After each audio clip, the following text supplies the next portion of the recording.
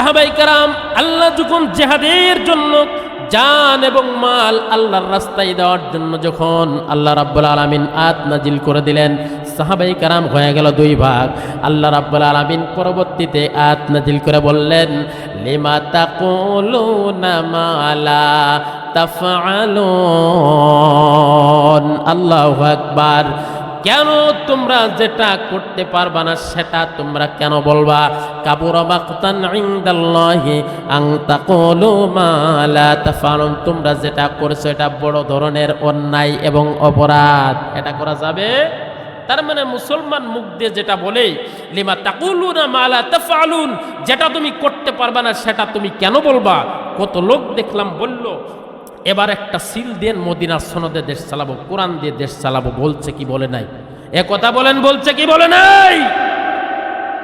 Vote নেওয়ার জন্য, chair পাবার জন্য মিথ্যা কথা বলে আমাদের কাছ থেকে ভোট নিয়ে চেয়ার পেয়ে, যেই চেয়ার জনগণের টাকায় কিনা, সেই চেয়ারে বসে আমার দেশের জনগণের টাকায় কিনা বুলেট, জনগণের টাকায় কেনা হেলিকপ্টার দিয়ে আসমানে, খোলা আসমানে উড়ে উড়ে আমার দেশের জনগণের, আমার দেশের শিশুর বুকে গুলি চালিয়েছে এক নম্বর স্বৈরাচার। ঠিক না বেঠিক? আল্লাহ রাব্বুল আলামিন সেদিন বলেছিল, এই পৃথিবীর ভিতরে যত জালিম এসেছে আমি সমস্ত জালিম কেমন শিক্ষা দিয়েছি। ফিরাউন জুলুমবাজ করেছিল, জালিম জুলুম করেছিল, তার কওমের উপরে আমি আল্লাহ রাব্বুল আলামিন ফিরাউনকে নীল নদের ভিতরে চুবিয়ে চুবিয়ে ডুবিয়ে ডুবিয়ে হত্যা করেছে। ঠিক না বেঠিক? শুধু তাই নয়, 3116 বছর পর আবার জেগে উঠছে মিশরের জাদুঘরে, এইভাবে আছে না নাই? আল্লাহ বলছেন এটা হলো আমার নিদর্শন। এই জন্য আল্লাহ বলছে, কুল সিরু ফিল আরদ ফানজুর কাইফা কানা আকিবাতুল মুকাজ্জিবিন। দুনিয়া ঘুরে ঘুরে দেখো কোথায় কে আমার সাথে নাফরমানি করবার কারণে আমি আল্লাহ কি পরিণতি তাদেরকে করেছি। আল্লাহ, যাই হোক, ওদিকে যেতে চাই না। আসুন আমরা সূরাতুস সফের 8 নম্বর আয়াতে ঢুকি। যারা বলুন সুবহানাল্লাহ, যারা বলুন ইনশাআল্লাহ। আমার সাথে পড়ুন, আউযু বিল্লাহি মিনাশ শাইতানির রাজিম। বিসমিল্লাহির রাহমানির রাহিম।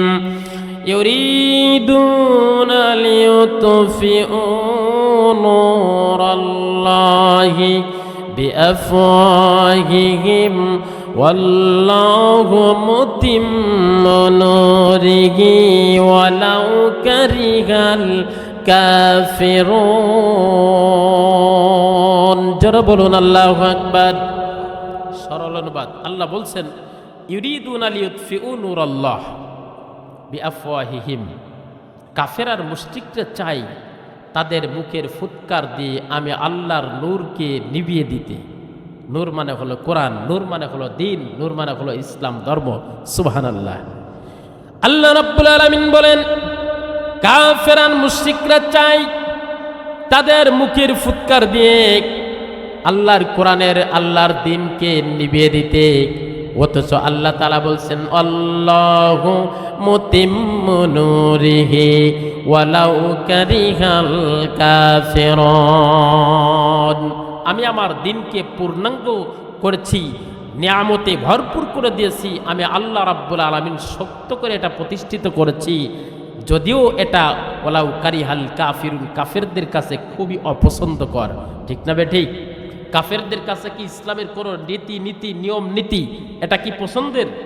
এই পৃথিবীতে অনেকেই চাইছে জামাতের বড় বড় লিডারগুলো যদি ফাঁসি দিয়ে দেওয়া হয় ওদের ফুৎকার দিয়ে উড়ে দেব। চাইছে কি চাইছে না? কথা বলেন। এক মুসাকে মারতে পারলে মুসলমান শেষ, এক মুহাম্মদকে মারতে পারলে মুসলমান শেষ, এক ইব্রাহিমকে মারতে পারলে মুসলমান শেষ।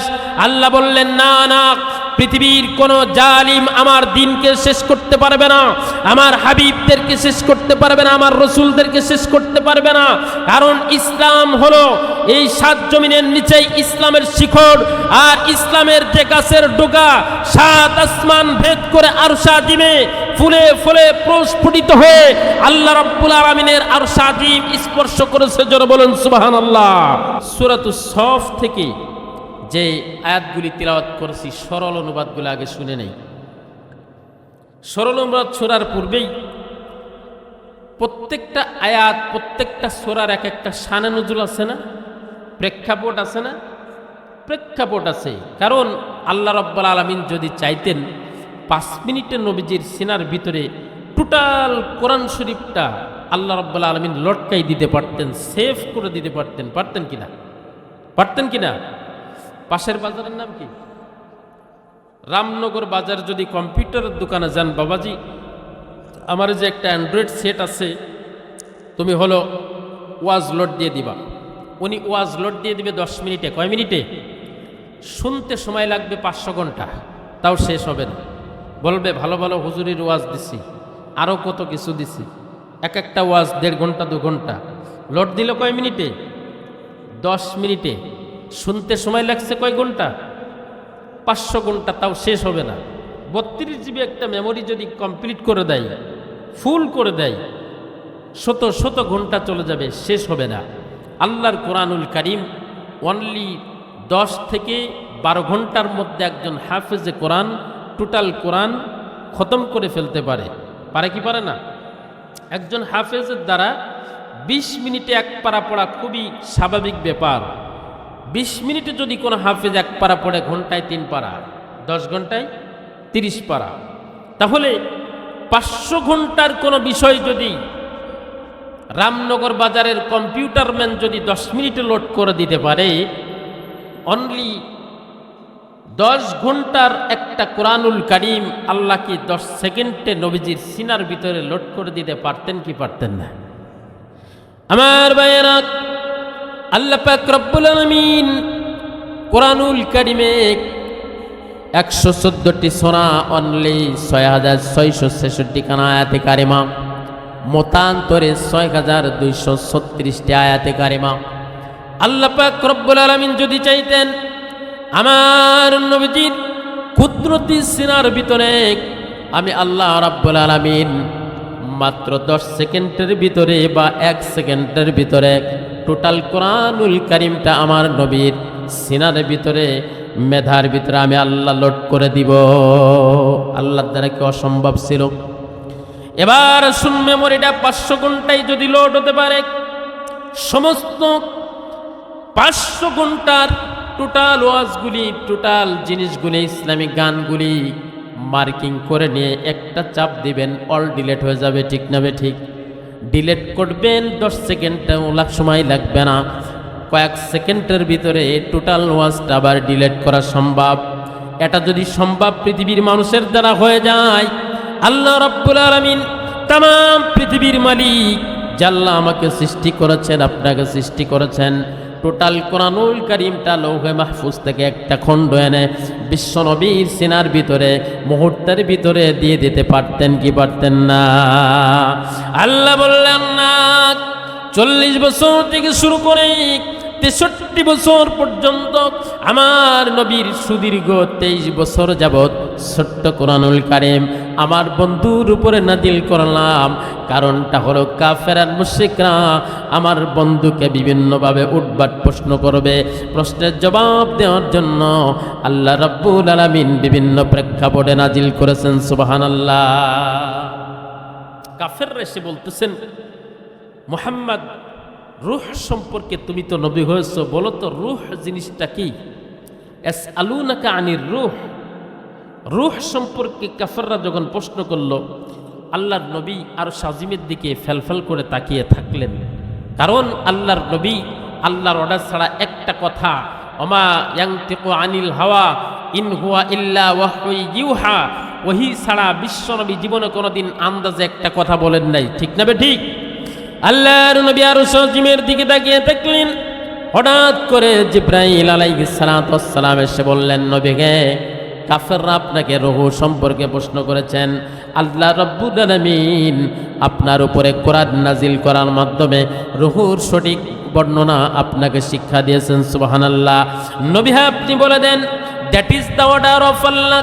এটা একমাত্র আল্লাহর অর্ডার।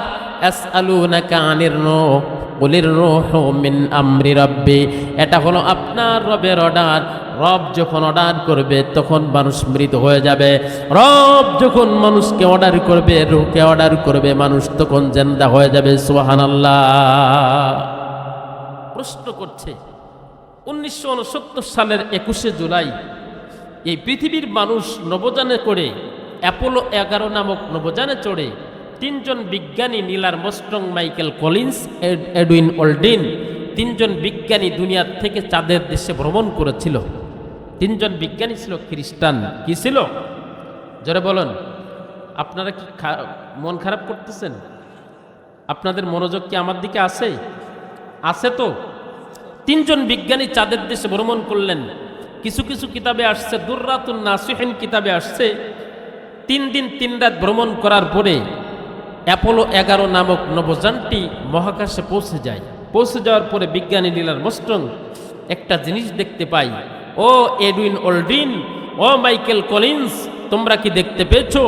আসমানে এসেছি, চাঁদের নিকটবর্তী হয়েছি, আমার চোখে একটা জিনিস ধরা পড়েছে যে চাঁদের মাঝখান থেকে একটা ফাটলের চিহ্ন দেখা যায়। দুনিয়ায় থাকতে শুনেছি চাঁদের কোনো খুদ নাই, আসমানে এসে প্রমাণ করলাম চাঁদের খুদ আছে, চাঁদ মাঝখান থেকে ফাটল। কারণটা কি? আমরা তো পর্যবেক্ষণ করতে এসেছি, অনুসন্ধান কমিটি আমরা অনুসন্ধান করতে এসেছি, চাঁদের মাঝখানে ফাটল। হঠাৎ করে নীল আর্মস্ট্রংয়ের মেধার ভিতরে এটা আসছে, বলো তো এটা কি? নীল আর্মস্ট্রং বিজ্ঞানী বলেন, ও পৃথিবীর মানুষ, আমি নীল আর্মস্ট্রং বাইবেলের ভিতরে ঢুকলাম। আমি নীল আর্মস্ট্রং মহাভারত, জান্দাবেস্তাক, এরপরে আপনার ওল্ড টেস্টামেন্ট, নিউ টেস্টামেন্ট, সমস্ত হিন্দু, বৌদ্ধ, খ্রিস্টানদের কিতাবের ভিতরে ঢুকলাম। কোন কিতাবের ভিতরে এই যে চাঁদের মাঝখানে ফাটল দেখা যায়, আমি কোন কিতাবের ভিতরে পাই নাই। আমি তো অস্থির হয়ে গেছি। হঠাৎ করে এডউইন অলড্রিন আর মাইকেল কলিন্স বলতেছেন, নীল আর্মস্ট্রং রে, দুনিয়ার ভিতরে আরেকটা ধর্ম নামে আরেকটা ধর্ম বাকি রয়েছে, সেটার নাম হলো ইসলাম ধর্ম। এই ধর্মের ধারক বাহক হলো মুহাম্মদুর রাসূলুল্লাহ সাল্লাল্লাহু আলাইহি ওয়াসাল্লাম। চলো আমরা সবাই মিলে ইসলাম ধর্মের ভিতরে প্রবেশ করি। নীল আর্মস্ট্রং বর্ণনা করেন, পৃথিবীর মানুষেরা রে, আমি ইসলাম ধর্মের ভিতরে প্রবেশ করার সঙ্গে সঙ্গে দেখতে পেলাম ইতিহাসের ভিতরে নবী মুহাম্মদ সাল্লাল্লাহু আলাইহি ওয়াসাল্লামকে কাফেররা এসে বলতেছেন, ও মুহাম্মদ, তুমি নাকি নবী হয়েছো, এ জমিন থেকে আসমানের চাঁদ যদি তোমার শাহাদত আঙ্গুলের ইশারার দ্বারা কোনো পরিবর্তন ঘটাইতে পারো, আমরা কাফেররা কথা দিলাম তোমার কালেমা পড়ে মুসলমান হয়ে যাব। সুবহানাল্লাহ, নাউজুবিল্লাহ বলেন। তারা মুসলমান হয় নাই, তারা তো মিথ্যা কথা বলতো। আমার ভাইয়েরা, আল্লাহর নবীকে প্রশ্ন করল, কারণ কাফেররা জানতো জমিন থেকে 40 হাত উপরে, 40 হাতের উপরে জাদুর প্রভাব চলে না। মুহাম্মদকে জীবনে কোনোদিন ঠকাইতে পারে নাই। খেজুরের আটি বের করে মুহাম্মদের হাতে দেওয়ার সঙ্গে সঙ্গে খেজুরের আটি থেকে গাছ হয়ে সাথে সাথে খেজুর ধরে যায়। মুহাম্মদকে পরাজিত করতে পারে নাই। এই মুহাম্মদের আবার এমন প্রশ্ন দিয়ে দেব, যদি জবাব দিতে পারে, চলো আমরা সবাই মিলে যাই। মুহাম্মদ, তুমি যদি তোমার হাতের আঙ্গুলের ইশারায় চাঁদের কোনো পরিবর্তন ঘটাইতে পারো, আমরা কথা দিলাম তোমার কালেমা আমরা গ্রহণ করে নিব। আল্লাহর নবী আসমানের দিকে তাকিয়ে থাকলেন। জিবরাইল এসে বললেন, রাসূলুল্লাহ, ইয়া হাবিবাল্লাহ, আপনি আসমানের দিকে তাকিয়ে আছেন, আল্লাহ রাব্বুল আলামিন আমাকে পাঠিয়ে দিয়েছেন। নবী, হ্যাঁ, আপনার শাহাদত আঙ্গুলের ইশারা করতে দেরি হতে পারে, আসমানের চাঁদ দ্বিখণ্ডিত হতে এক মুহূর্ত দেরি হবে না। আল্লাহু আকবার। আল্লাহর নবী আঙ্গুলের ইশারা করলেন, চাঁদ দ্বিখণ্ডিত হলেন। নীল আর্মস্ট্রং বলতেছেন, ও পৃথিবীর মানুষ, পৃথিবী থেকে শত শত হাজার হাজার লক্ষ লক্ষ কিলোমিটার উপরে এসে প্রমাণ করলাম, পৃথিবীতে যদি কোনো সত্য ধর্ম থেকে থাকে, ইন্নাদ-দীনা ইনদাল্লাহিল ইসলাম, একমাত্র Islam is the complete code of life. There is no doubt in this sentence. পূর্ণাঙ্গ একটা জীবন বিধান হলো ইসলাম, এর মধ্যে কোনো সন্দেহ নাই।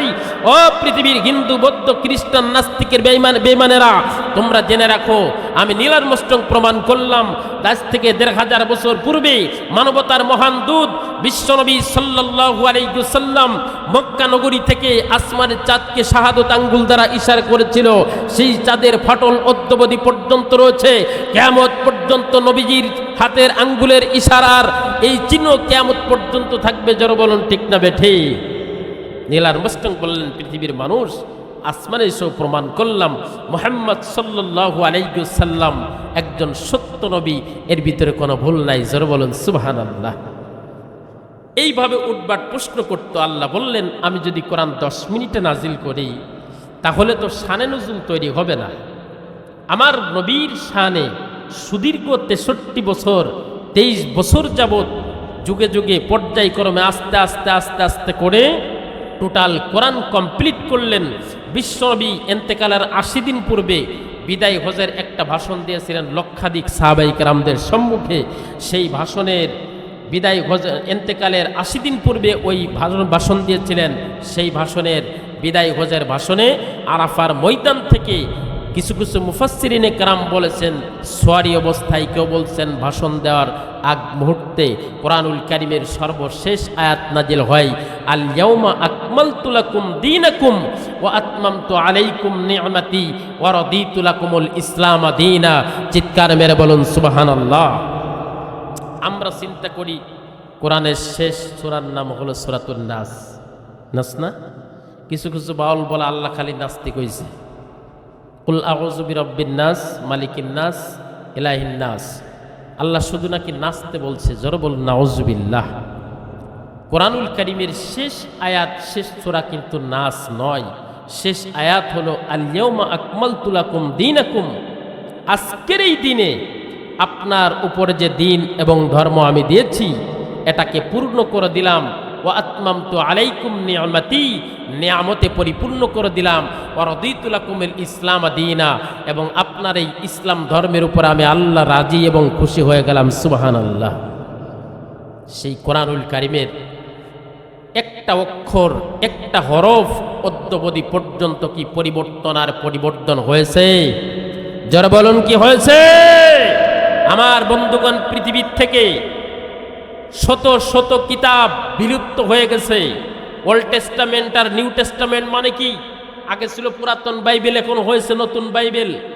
আমার ভাইয়েরা, একটা কনফারেন্স তৈরি হলো তাম পৃথিবীর ভিতরে।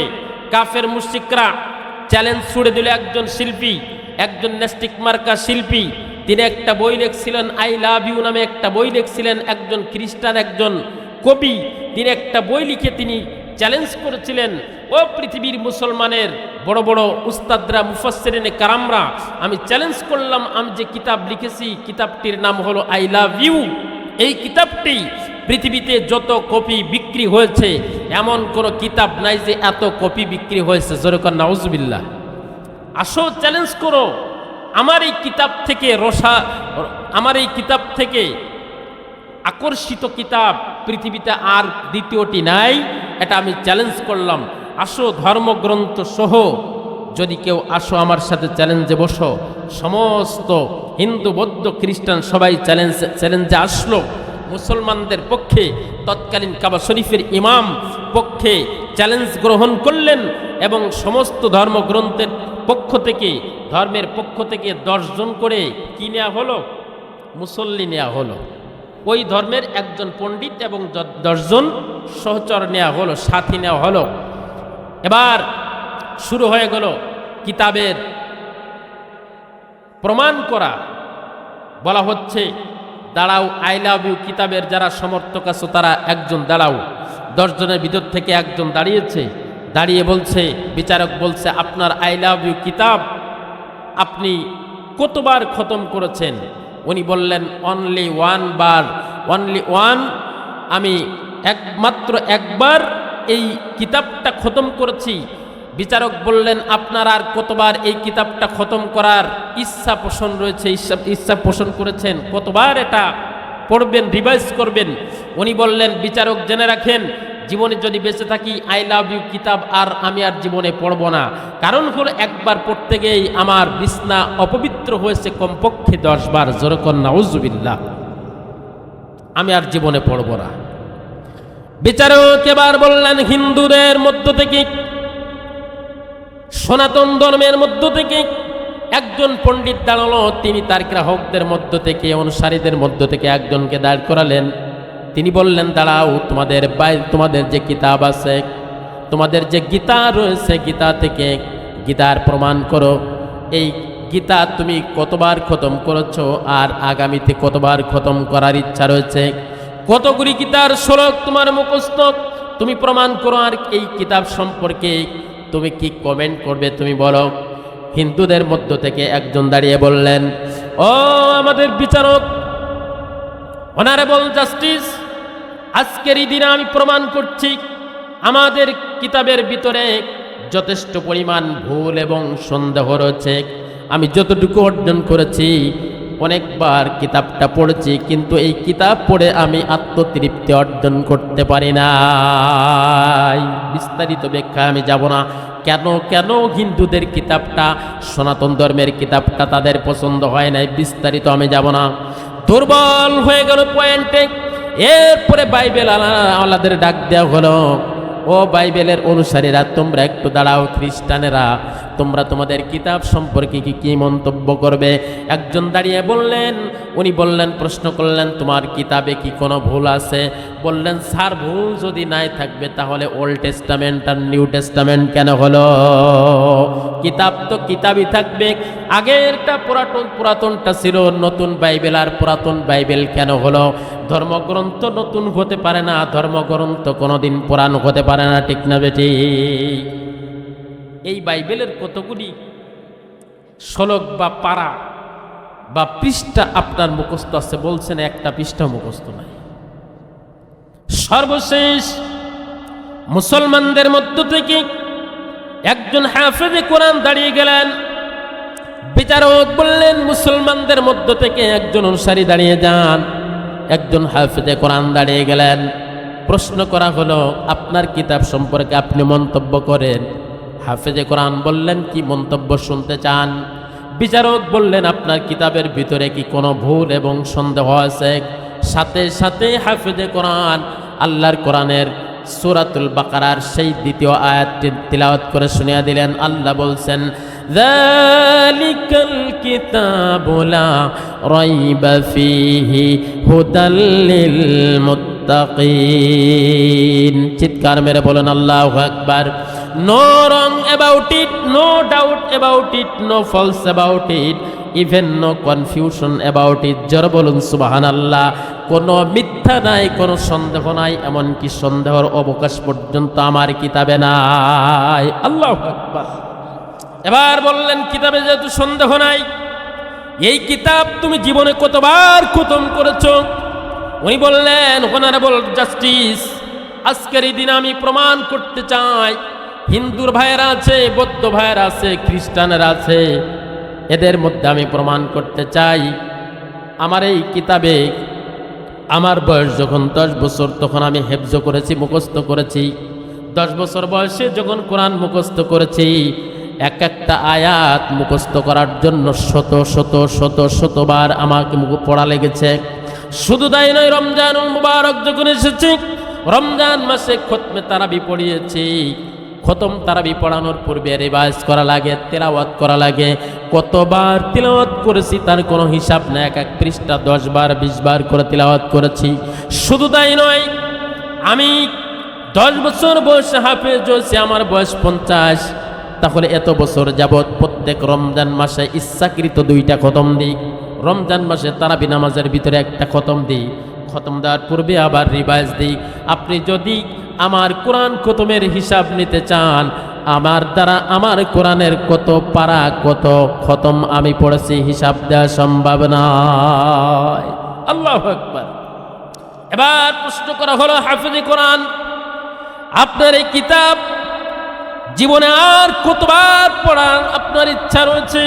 হাফেজে কোরআন বললেন, জীবনে ব্যবসা করেছি, ব্যবসার থেকে অবসর নিয়েছি, সংসার ধর্ম করেছি, অবসর নিয়েছি, চাষবাস করেছি অবসর নিয়েছি, সমাজ জামাত করেছি অবসর নিয়েছি, বাকি জিন্দগিটা আল্লাহর কোরআনের সাথে সম্পর্ক রেখে, কোরআনের সাথে সম্পর্ক রেখে আমি হাফেজে কোরআন পুরা জিন্দগি পার করতে চাই। সুবহানাল্লাহ। এ জীবন চলার জন্য কোরআন দিয়ে করলেন ধন্য, এ জীবন চলার জন্য কোরআন দিয়ে করলেন ধন্য।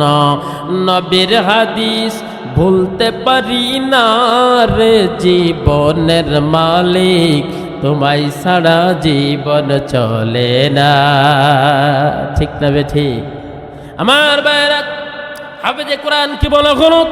হাফেজে কোরআন, ও হাফেজে কোরআন, জীবনে আর কতবার তুমি খতম করবা বললেন? আমার ইচ্ছা আছে শত শত শত শতবার আমি আল্লাহর কোরআনকে যেন খতম করতে পারি। আল্লাহ রাব্বুল আলামিন সেই সেমিনারের ভিতরে হাফেজে কোরআন মুসলমানদেরকে বিজয় অর্জন করিয়ে দিয়েছেন। আল্লাহু আকবার। সেই কোরআন, এই কোরআন সম্পর্কে আমাদের কোনো সন্দেহ আছে? কথা বলেন, সন্দেহ আছে? সেই কোরআনুল কারীমের 61 নম্বর সূরা, সূরার নাম কি? সূরাতুস সফ, যার অর্থ হলো সারিবদ্ধ দল। মুসলমান কি আজকে সারিবদ্ধ অবস্থায় আছে? যারা বলেন সারিবদ্ধ অবস্থায় আছে?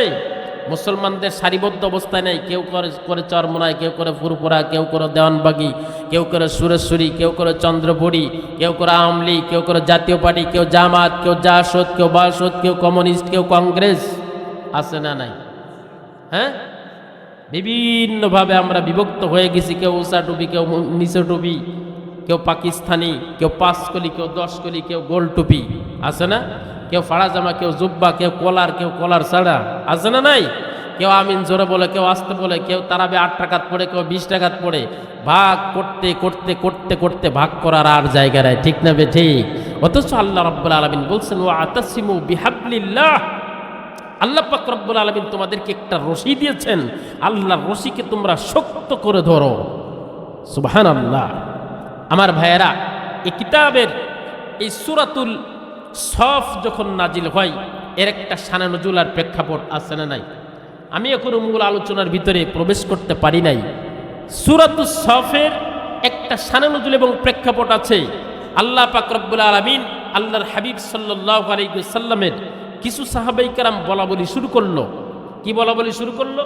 যে আল্লাহ রাব্বুল আলামিন যদি এমন কোনো কাজ আমাদেরকে দিতেন, আমরা যদি জানতাম যেই কাজ করলে, যে আমল করলে সাহাবায়ে কেরামের আমল করার একটা নেশা ছিল। কবরে যেতে হবে, আযাব থেকে বাঁচতে হবে, ইবাদতের প্রতি একটা নেশা ছিল তাদেরকে। তারা বলতেছে আল্লাহ যদি এমন কোনো আমলের কথা আমাদেরকে জানিয়ে দিতেন, যদি এমন কোনো আমল পাতাম যে আমল করলে পরকালে আযাব থেকে মাপ পাওয়া যাবে, সে আমলটা আমরা আঁকড়ে ধরতাম। সুবহানাল্লাহ। আল্লাহ পাক রব্বুল আলামিন জিবরাইলকে বললেন, জিবরাইল আর করোনা দেরি, চলে যাও তাড়াতাড়ি আমার বন্ধুর সাহাবায়ে কেরামদের উদ্দেশ্যে কোরআনুল কারীমের সূরাতুস সফ আমার বন্ধুর উপর নাজিল করে দাও। সূরাতুস সফ নাজিল হলো, আর অনেকগুলি প্রেক্ষাপট রয়েছে। সূরাতুস সফ নাজিল হওয়ার সঙ্গে সঙ্গে আল্লাহ নাজিল করলেন যখন মুসলমানের কোরআনুল কারীমের পক্ষে ইসলামকে প্রতিষ্ঠিত করবার জন্য, মানুষের হক নিশ্চিত করবার জন্য, ন্যায় আর ইনসাফ প্রতিষ্ঠিত করবার জন্য প্রয়োজনে মানুষকে জীবন দিতে হবে, প্রয়োজনে মানুষকে অর্থ দিতে হবে, প্রয়োজনে মানুষকে ত্যাগ স্বীকার করতে হবে। তাহলে তোমাদেরকে আল্লাহ রাব্বুল আলামিন পরকালের কঠিন আযাব থেকে মাফ করে দিবে। সাহাবারা হয়ে গেল 2 ভাগ। কয় ভাগ হলো?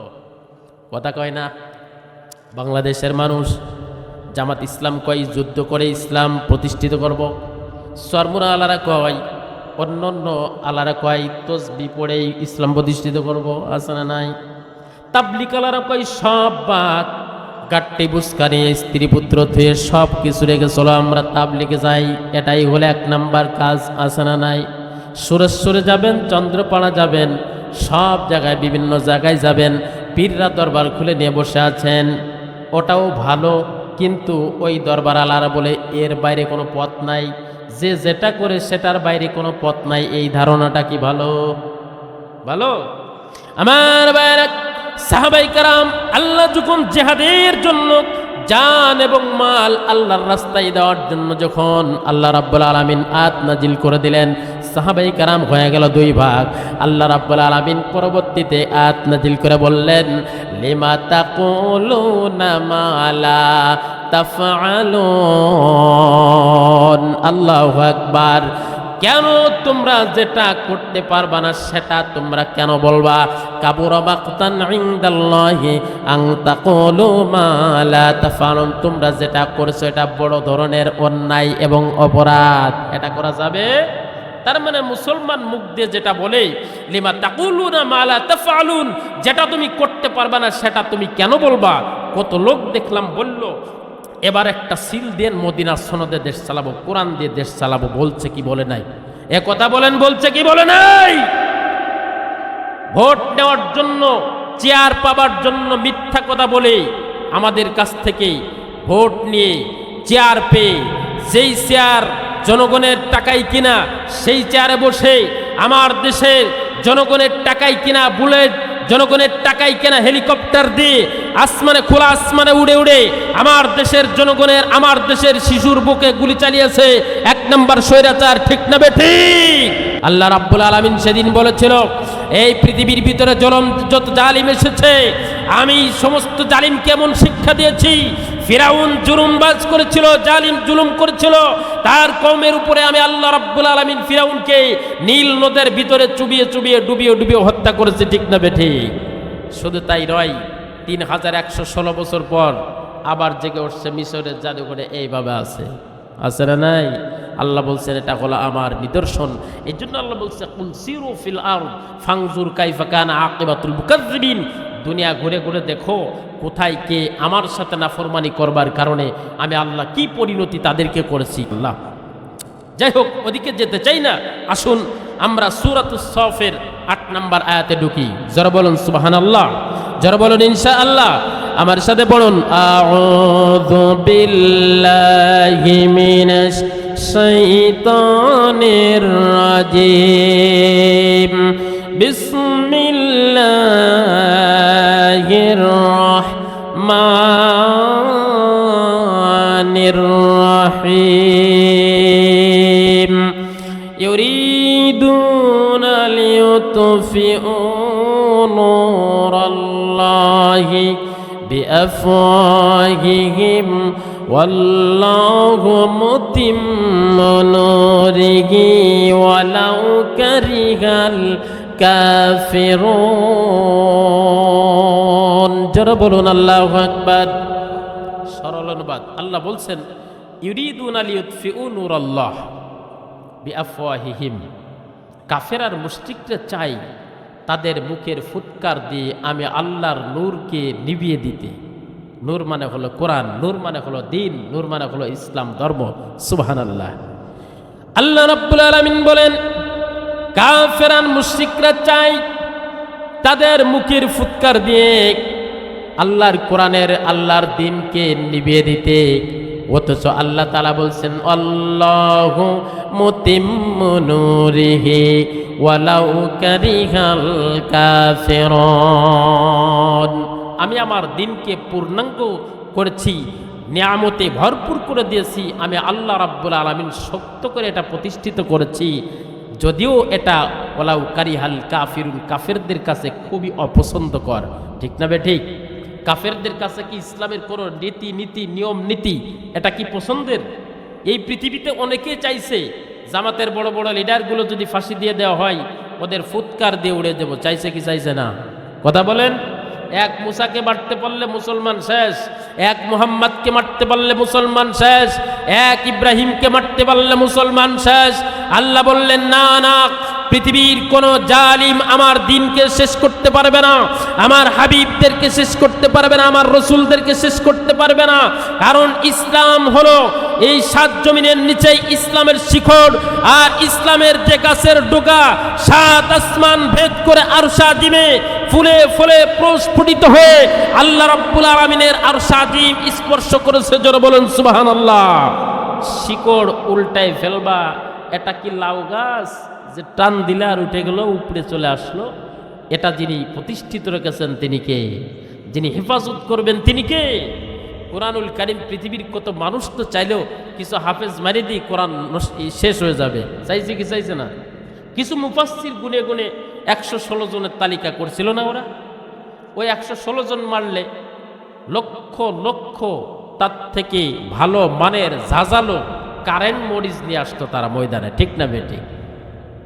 তালিকা করছিল কাফের আর মুশরিকরা, তদানীন্তন কালেও তারা তালিকা করছিল। আল্লাহর নবী সাল্লাল্লাহু আলাইহি ওয়াসাল্লামকে শাবি আবি তালিব নামক জেলখানার ভিতরে তিনটি বছর আটকে রেখেছিল। 72 জনের একটা কাফেলা, 2টা বাচ্চা সহ, দুধের বাচ্চা সহ তারা জেলখানার ভিতর আটকে রেখে খাবার বন্ধ, সাক্ষাৎ বন্ধ, সব বন্ধ করে দিয়েছিল। 2টা বাচ্চার মারা তার জিহ্বা চাটায়া জিহ্বা চাটাইতেই তাদের জিহ্বার পানি শুকিয়ে গিয়েছিল, বাচ্চাগুলি মরার উপক্রম হয়েছিল। আল্লাহ রাব্বুল আলামিন বললেন, এখানে আমার সহযোগিতা লাগবে না, এখানে কাফেরদের সহযোগিতায় আমার নবী মুহাম্মদকে বের করে আনবো। আল্লাহর নবী কি বের হতে পেরেছিলেন? পারছে কি পারে নাই? আমার ভাইয়েরা, আসুন আমরা এর দিকে নেই। এই পৃথিবীতে কোনো মানুষ যদি ইসলামকে ফুৎকার দিয়ে নিভিয়ে দিতে চাই, হুঙ্কার দিয়ে নিভিয়ে দিতে চাই, কোনো মানুষ যদি রক্তচক্ষু দেখে নিভিয়ে দিতে চাই, বিগত 17 বছর যাবৎ আমরা দেখেছি ইসলামের কথা বললে, কোরআনের কথা বললে সাথে সাথে মাইক্রোফোন কেড়ে নেওয়া হয়েছে, সাথে সাথে মানুষের উপর, ওলামায়ে কেরামদের উপর জুলুম করা হয়েছে। আল্লাহ রাব্বুল আলামিন বলেন, জুলুমবাজদের আমি আল্লাহ রাব্বুল আলামিন জমিনে প্রতিষ্ঠিত হতে দেই না। সুবহানাল্লাহ। জুলুমরা টিকে থাকতে পেরেছে? আল্লাহ বলছেন, আমার ধরা ইন্না আযাবি লাশাদীদ, আল্লাহর আযাব, আল্লাহর ধরা বড় শক্ত ধরা, ঠিক না বেটি? সমস্ত কাফেররা গাট্টি বুসকা নিয়ে পালাতে বাধ্য হয়েছে। আমার ভাইয়েরা, অত্যন্ত দুঃখের সাথে বলতে হয়, 1400 বছর পরে এসেও আমার দেশে, স্বাধীন দেশে, 92% মুসলমানের দেশেও আজকে স্বাধীন দেশ, আমরা একটা স্বৈরাচারকে বিদায় করেছি। টোটাল বাংলাদেশের মুসলমান, আমাদের ছাত্র জনতা মিলে শেখ হাসিনার মতো এই লেডিস ভার্সন স্বৈরাচার আমরা যখন বিদায় করেছি, তারপর আমরা মুক্ত বাতাসে কোরআনের কথা বলতে পারছি। এমন সময় আমাদের দেশের দেশপ্রেমিক আমাদের উসমান হাদিকে শহীদ হতে হচ্ছে। এটা বোঝা যায় কাফের আর মুশরিক আর জালেমদের চেলাবেলা এখনো বাংলাদেশের ভিতরে আছে, ঠিক না বেটি? তবে তোমরা জেনে রেখো, কোরআন শুধু হাফেজের সিনাই থাকার জন্য আসে নাই। মুসলমান আমরা যদি একজন হাফেজে কোরআনের সিনাই কোরআন রেখে দিই, মসজিদের তাকের ভিতরে কোরআন রেখে দিই, মাদ্রাসার তাকের ভিতরে শুধু কোরআন রেখে দিই, এই সমস্ত নাস্তিক বেঈমান জালেমরা কিন্তু আমাদেরকে পেয়ে বসবে, ঠিক না বেঠি? কোরআন সর্বস্তরে, রান্নাঘর থেকে শুরু করে রাষ্ট্র পরিচালনা পর্যন্ত আল্লাহর কোরআনের ব্যবহার যদি আমরা তৈরি করে দিতে পারি, আগামী 24 ঘন্টার ভিতরে আমার ভাইরা, আগামীকাল পূর্ব দিগন্তে রক্তিম সূর্য উদিত হবে, এটা যেমন সত্য।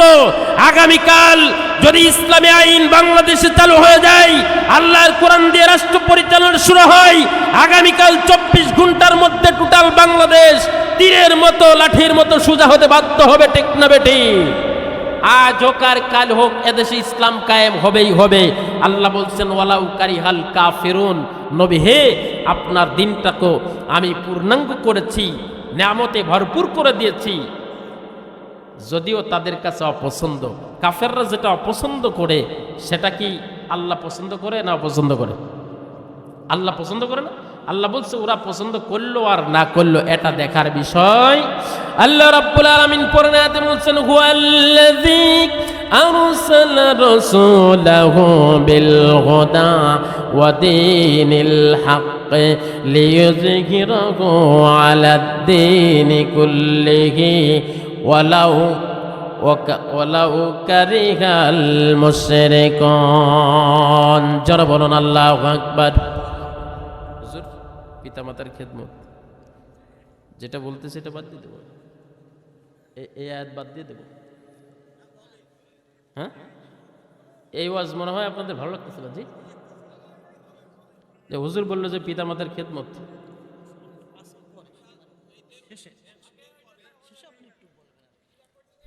আমার ভাইরা, আমি আপনাদেরকে একটা কথা বলি। হুজুর বাবুখালী মাদ্রাসার একজন সম্মানিত শিক্ষক, আমি আপনাদেরকে একটা কথা বলি, আমার পকেটে যেটা, এটার নাম কি? Made in China, made by plastic. China আবিষ্কার করেছে প্লাস্টিক দিয়ে। এই কলমটা কেন নাজিল করা হয়েছে, তৈরি করা হয়েছে? সিগনেচার করবার জন্য। কলমটার ক্যাপটা খুলে যদি আমি আমাদের কবিরাজ সাহেব আমার বড় ভাইয়ের কানের ভিতরে দিয়ে দিই, কান ছিদ্র হবে না? ছিদ্র হবে। এরপর আরেকজনের চোখের ভিতরে দিয়ে দিলাম, মুরব্বীর চোখ নষ্ট হবে।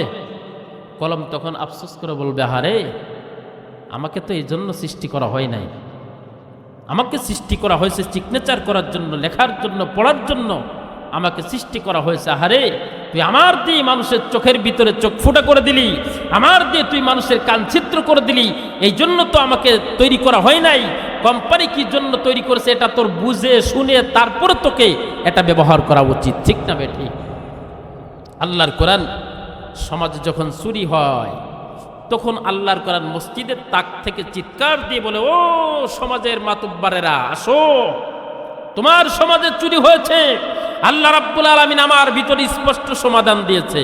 তোরা কি সমাধান দিবি? পিশাব করে পানি নিস নেই।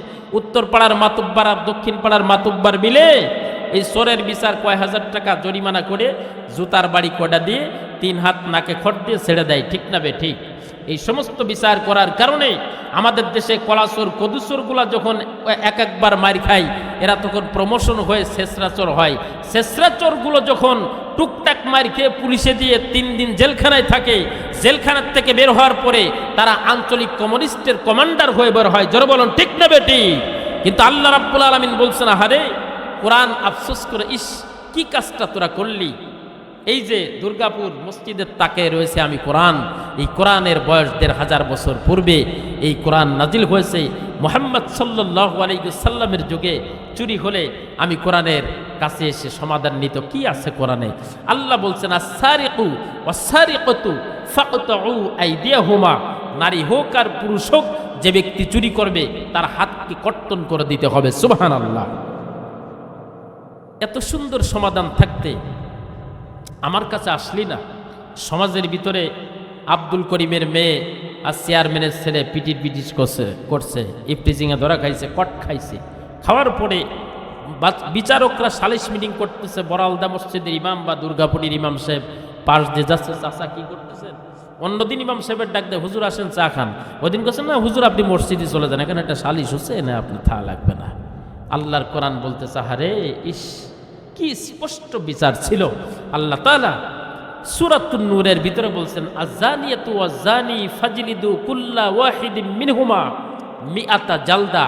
জিনাকারী যারা জিনা করেছে তাদেরকে কি করো? মিআতা জালদা, 100 করে বেত্রাঘাত করো। আমার ভাইয়েরা, কোরআনে প্রত্যেকটা বিচার, প্রত্যেকটা রান্নাঘর থেকে শুরু করে রাষ্ট্র পরিচালনা পর্যন্ত কোরআনের ভিতরে আছে না নাই?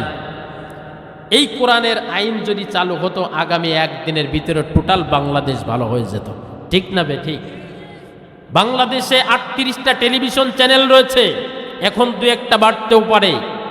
আগামীকাল যদি ডক্টর ইউনূস বলে দিত, মাগুরা শহরে যদি কোনো চোর ধরা পড়ে, মাগুরা শহরে ভাইনার মোড়ের উপর থেকে জনগণের সামনে প্রত্যক্ষভাবে তাকে বিচার করবে, হাতকে কর্তন করে দেওয়া হবে আল্লাহর কোরআনের আইন অনুযায়ী।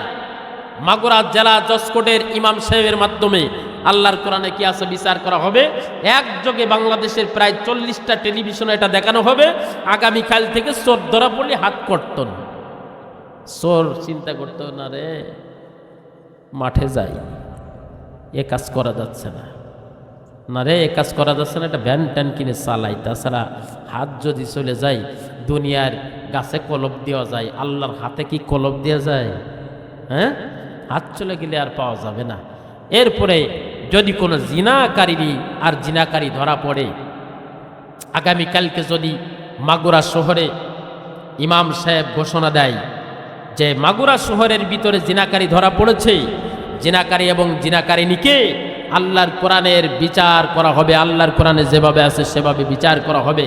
আমার ভাইয়েরা, আমি আপনাদেরকে দায়িত্বহীন কণ্ঠে বলতে চাই, আগামীকাল যদি মাগুরা শহরের ভিতরে এই টোটাল জেলার ভিতর থেকে একটা জিনাকারীর বিচার স্পষ্টভাবে আল্লাহর কোরআন দিয়ে করা হয়, আগামীকাল থেকে যদি 40টা টেলিভিশনে এটা পাবলিশ করে দেওয়া হয়, আগামীকাল থেকে বাংলাদেশের যুবকরা জিনা তো দূরের কথা, স্বপ্নদোষ পর্যন্ত বন্ধ হতে বাধ্য হবে। ঠিক না বেঠিক? সেটার কাছে নাই। ওই যে কলম আফসোস করা হারে, এই কোরআন তো লাউ গাছে পোকা ধরেছে, দোয়া পড়িয়ে দোয়া লিখে টানাই ধোয়ার জন্য কোরআন আসছে? কোরআন জিন খেদানোর জন্য আসছে? বাচ্চা কান্নাকাটি করলে ইমাম সাহেবরা ডাক দেয়। সমাজের ভিতরে বিচারের জন্য কোনো ইমামকে ডাকছে? কথা কয় না। আমাদের সমাজের মানুষ ভারী চালাক রে ভাই। আপনাদের এলাকার মানুষ কেমন আমি জানি না, আমাদের শোলকুপার মানুষ খুব চালাক। কুরবানির গোস্ত ভাগ করার জন্য মাসলা নিতে আসে, হুজুর ফ্রিজে কি রাখা যাবে? হ্যাঁ রাখা যাবে। 3 ভাগ করবেন, 1 ভাগ গরিবরে, 1 ভাগ আত্মীয়দের, এরপরে আপনার ভাগ আপনি রেখে দিবেন। উনি খুব খুশি হয় আলহামদুলিল্লাহ করে চলে যায়। কিন্তু 40 বিঘে জমিতে যে ধান ছিল, এই ধানের কতগুলি ওসর আছে। এই ধান 40 বিঘায় হুজুর আমি মনে করি যে 40 বিঘা না, আমি 10 বিঘা বই ধান লাগাইছি, আমি 200 মণ ধান পেয়েছি। হুজুর একটু এটা কি বন্টন করে দিবেন? কত মণ ধান আল্লাহর রাস্তায় দিতে হবে? এই মাসলা আমার কপালে জীবনে কোনোদিন 22 বছরের ইমামতির ভিতরে একটা লোকও এই মাসলা নিতে আসে নাই যে হুজুর আমি এই 40 মণ ফসল পাইছি, 200 মণ ফসল পাইছি, একটু বন্টন করে দেন, যে কয় মন হয় আমি দিয়ে দেব। কারণ আমার কাছে আসলেই তো আমি ওই যে কিতাবের ভিতর থেকে বের করে দিয়ে দেব। যদি বৃষ্টির পানিতে ফসল হয় তাহলে 10 মণে 1 মণ দিয়ে দিবে। আর যদি তুমি নিজে সেচ পাম্প দিয়ে চাষ করো তাহলে 20 মণে 1 মণ দিবে। কয় মণে 1 মণ? 20 মণে যদি 1 মণ হয় তাহলে 200 মণে কয় মণ? 200 মণে 10 20 200। 200 মণ ধান যে পেয়েছে তারা যদি বলি 10 মণ ধান আগামীকাল উচিত মতো আল্লাহর রাস্তায় দিয়ে দাও, এ লোক কি আর কোনোদিন আসবে? চাচা আসলে ওই যে কি যেন বলে, হাল তারা চাল হে মতলব তারা মাল হে। আমরা সব কিছুই বুঝি, বুঝি কি বুঝি না? ওই পাকিস্তানের এক কামলিওয়ালা আমাদের দেশে আসছিল, এসে কাঁচাগোল্লা বিক্রি মানে কাঁচাগোল্লা কিনছে। পাকিস্তানের এক কামলিওয়ালা কাবলি সেট পরে চলে আসছে আমাদের দেশে, এসে বলতেছে কি যে নাটোরের কাঁচাগোল্লা নাকি খুব ভারী স্বাদ, দেখি একটা কাঁচাগোল্লা খেয়ে দেখি। 20 টাকা দিয়ে একটা কাঁচাগোল্লা কিনছে। কেনার পরে উনি কাঁচাগোল্লায় সাবন দিয়েছে আর কস করে উঠছে, ওর ভিতরে পোকা। তো উনি প্যাচ করে উঠছে যখন, তখন আরো জোরে করে কামড় দিয়ে বলতেছে শালার পোকা, যতই ক্যাচ করো আর প্যাচ করো, আমি টাকা দিয়ে কিনেছি, আমি ছাড়বো না। অতএব আল্লাহর কোরআনের যে আয়াত তিলাওয়াত করেছি, পিতা মাতার ওয়াজ করবো, ঠিক আছে, এই আয়াতের আলোচনায় হবে, ঠিক না বেঠিক?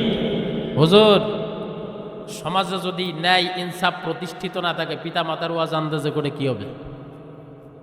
ন্যায় আর ইনসাফ, জীবনটা যদি আল্লাহর রাস্তায় বিলানো যায়, ইসলাম সম্পর্কে কোনো সন্তান যদি জানতে পারে, ইনসাফ কাকে বলে, আল্লাহর উপর ঈমান আনা কাকে বলে, জীবন এবং জান এবং মাল আল্লাহর রাস্তায় দেওয়া কাকে বলে, কোনো সন্তান যদি বুঝতে পারে, তাহলে এমনি পিতামাতার পায়ের তলে চলে যাবে, ঠিক না বেঠিক?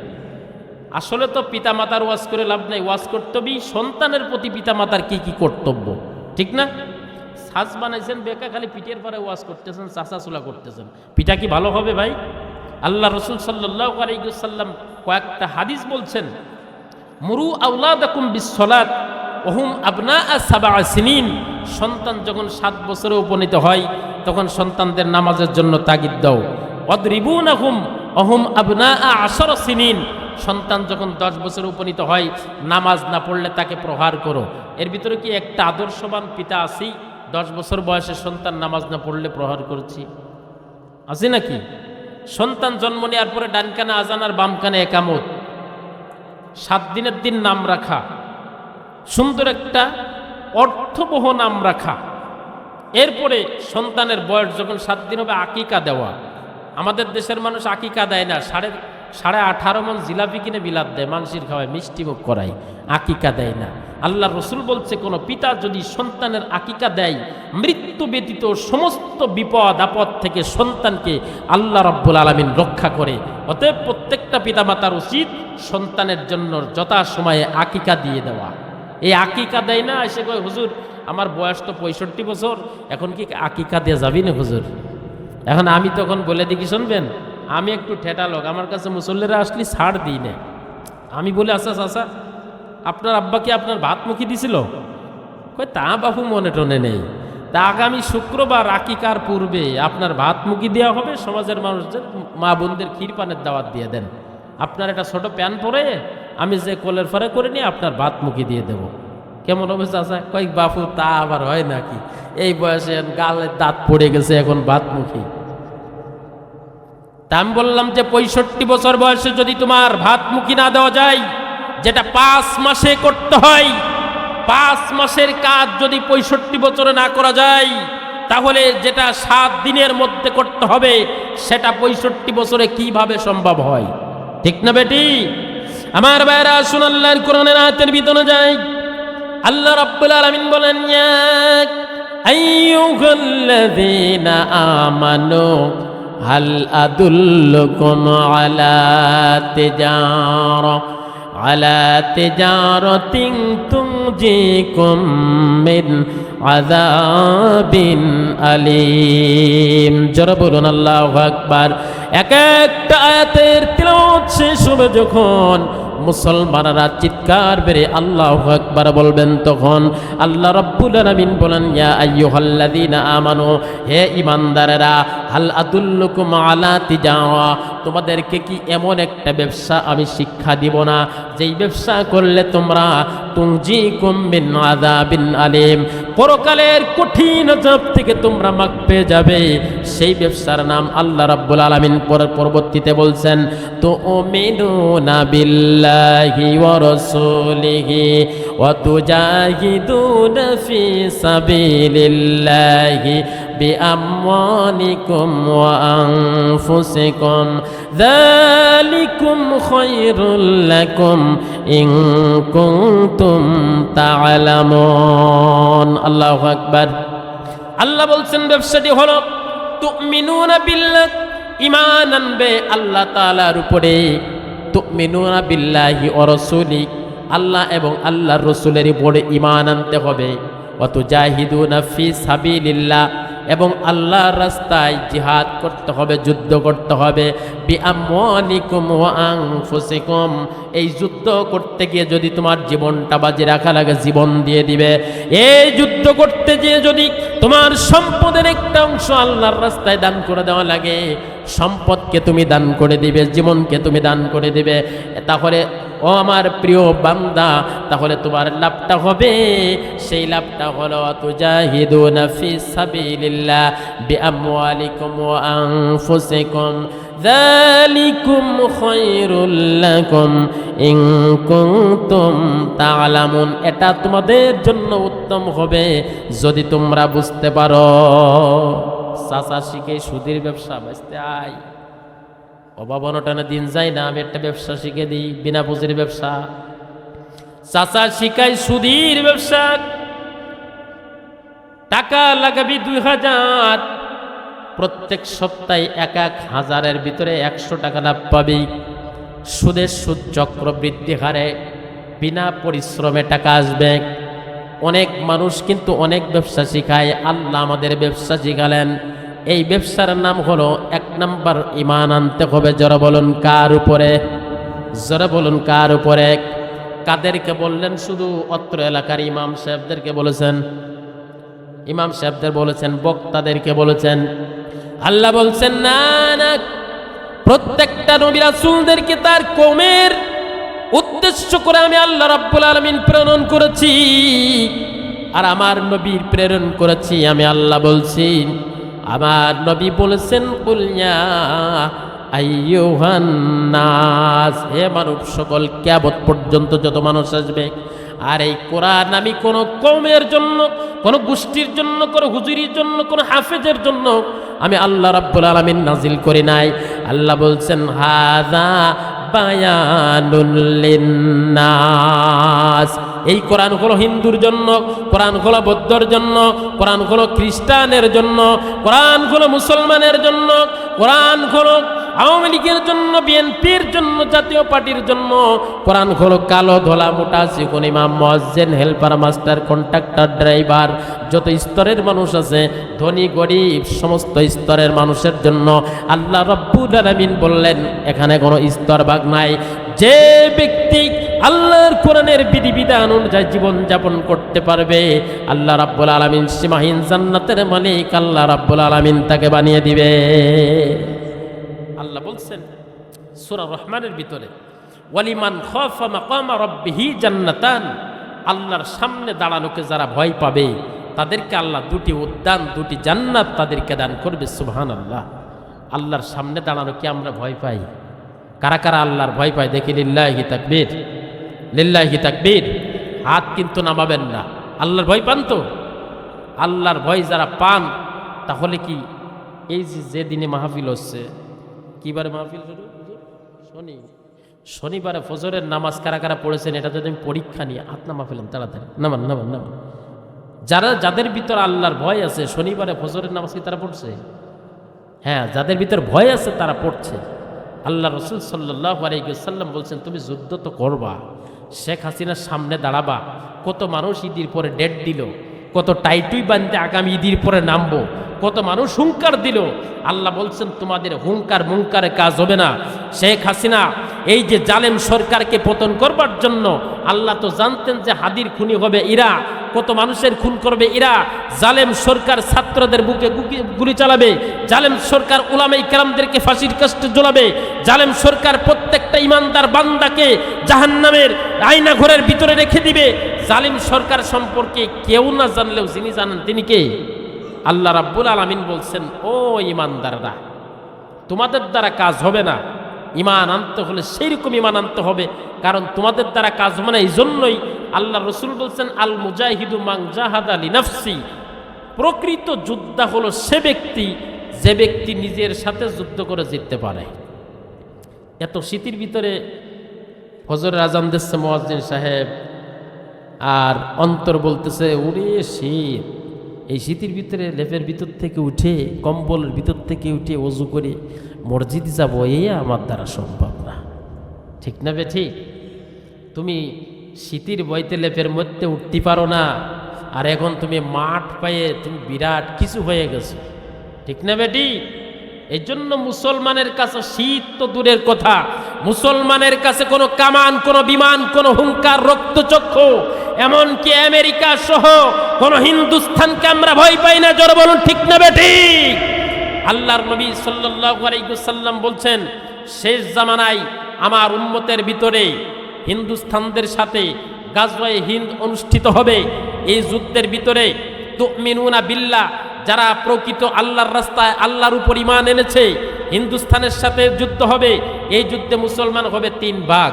অকুনতুম আজওয়াজান সালাসা, কিয়ামতের দিনও এই লোকরা হবে 3 ভাগ। মুসলমান হবে কয় ভাগ? জোরে বলেন কয় ভাগ? কিয়ামতের দিন আল্লাহ রাব্বুল আলামিন বলছেন, আল্লাহর নবী বলছেন গাজওয়ায়ে হিন্দের ভিতরে মুসলমান হবে 3 ভাগ। 1 ভাগ চিন্তা করবে হিন্দুস্তানে এত বিশাল রাজত্ব, বাংলাদেশের মতো আরো 29টা দেশ একত্রিত করলে যে জায়গা হবে, এত বিশাল জায়গা নিয়ে হিন্দুস্তান, এত বড় দেশের বিরুদ্ধে আমরা কিভাবে আল্লাহর রাস্তায় যুদ্ধ করব? আমরা তো মরিয়ে যাব, যে যা করে করুক গে। একদল মুসল্লি হলে পালাবে, দ্বিতীয় দল বলবে মুনাফিকি করবে, যুদ্ধ করবে, আবার তাদের কাছেও যাবে, বিভিন্নভাবে শেল্টার নেবে। একদল সরাসরি পিছিয়ে যাবে, সরি আমি ভুল বলছি, একদল গড়িমসি করবে, মুনাফিকি করবে, আর একদল কাফেরদের বিরুদ্ধে যুদ্ধ করতে গিয়া কাফেরদের বিরুদ্ধে রাজপথের ভিতরে ইন্তেকাল করবে। মুসলমানের রক্তে, মুসলমানদের মানুষের পায়ের টাকনু পর্যন্ত ডুবে যাবে মুসলমানের রক্তে। আর একদল মুসলমানদের উপরে আল্লাহ রব্বুল আলামিন বিজয়ের নিশান উড়িয়ে দিবে। সুবহানাল্লাহ। একটু জোরে বললেন না সুবহানাল্লাহ? ইমানের পথে অবিচল থেকে আমার মরণ যেন হয়। বলেন ইমানের পথে অবিচল থেকে আমার মরণ যেন হয়। তোমার কাছে মিনতি আমার, তোমার কাছে মিনতি আমার ময়া মহিম দয়াময় ইমানের পথে অবিচল থেকে আমার মরণ যেন হয় আল্লাহুম্মা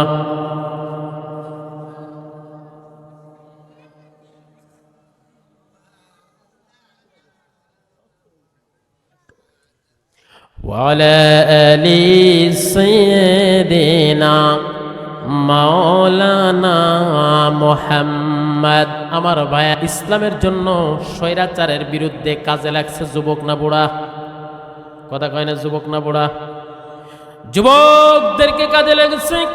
১৫০০ বছর পূর্বে মানবতার মহান দূত বিশ্বনবী সাল্লাল্লাহু আলাইহি ওয়াসাল্লাম বলেছেন, ও মুসলমানেরা, টকবগে যুবকরাই একমাত্র ইসলামের হাতিয়ার। মুরব্বী মানুষরা যদি যুদ্ধে যাওয়ার জন্য দাঁড়িয়ে গেছে, সাথে সাথে নবীজি বলেছে, আপনার বয়স হয়েছে, আপনি বসুন, অন্য অন্য কাজ আছে আপনি করবেন। টকবগে যুবকদের দ্বারা আল্লাহ রাব্বুল আলামিন এই জমিনে ইসলামকে প্রতিষ্ঠিত করেছে।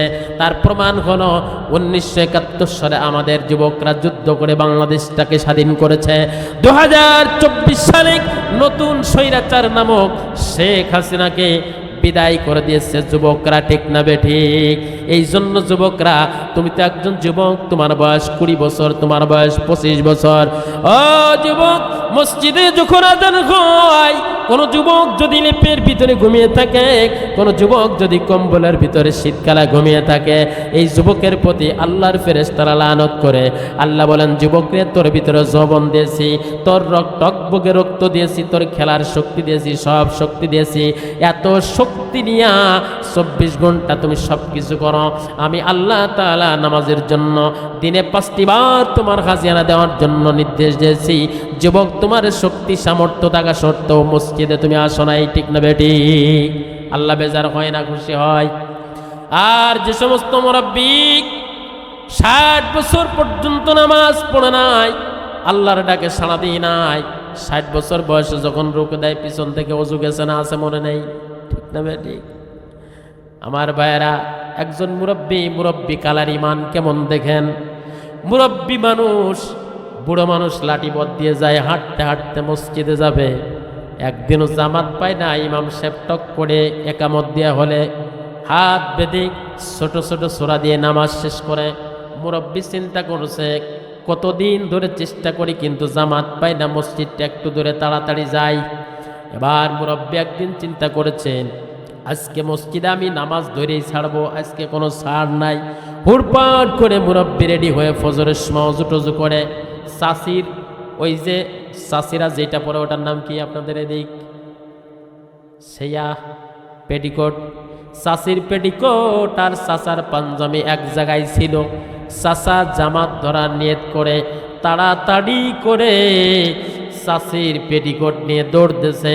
আজকে জামা গায়ে দিতে দিতে দৌড় দিব যেন জামাত পেয়ে যায়। একামত শুরু হয়ে গেছে। চাচা চাষির পেটিকোট নিয়ে হাত ঢুকাই, জায়গা পায় না, এই পাশে ঢুকাই, জায়গা পায় না। চাচা খালি এরকম মাথা ঢুকো দিয়ে, আসলে তো ওর কোনো হাতা নেই, হাতা আছে কত গোল। এরপরে এরকম করতে করতে করতে করতে আর একজন মুসল্লি কয়, চাচা ও করেন কে, কি হয়েছে, আপনি ওর মধ্যে কে? চাচা তখন বলতেছে, আরে বাবু, আমি যে জামাত ধরতে পারলাম না, আমি যে হাতা খুঁজে পাইনি। কয়, চাষি ও তো চাষির পেটিকোট, চাচা ওটা নিয়ে আসছেন, কত পাঞ্জাবি। কয়, আরে বাবু, তোমার চাষির পেটিকোট আর আমার পাঞ্জাবি একই জায়গা ছিল, আমি তো খেয়াল করতে পারি নাই। তো মুরব্বীদের দশা হলে এইরকম, বুড়ো হলি। আর যুবকদের অবস্থা কি?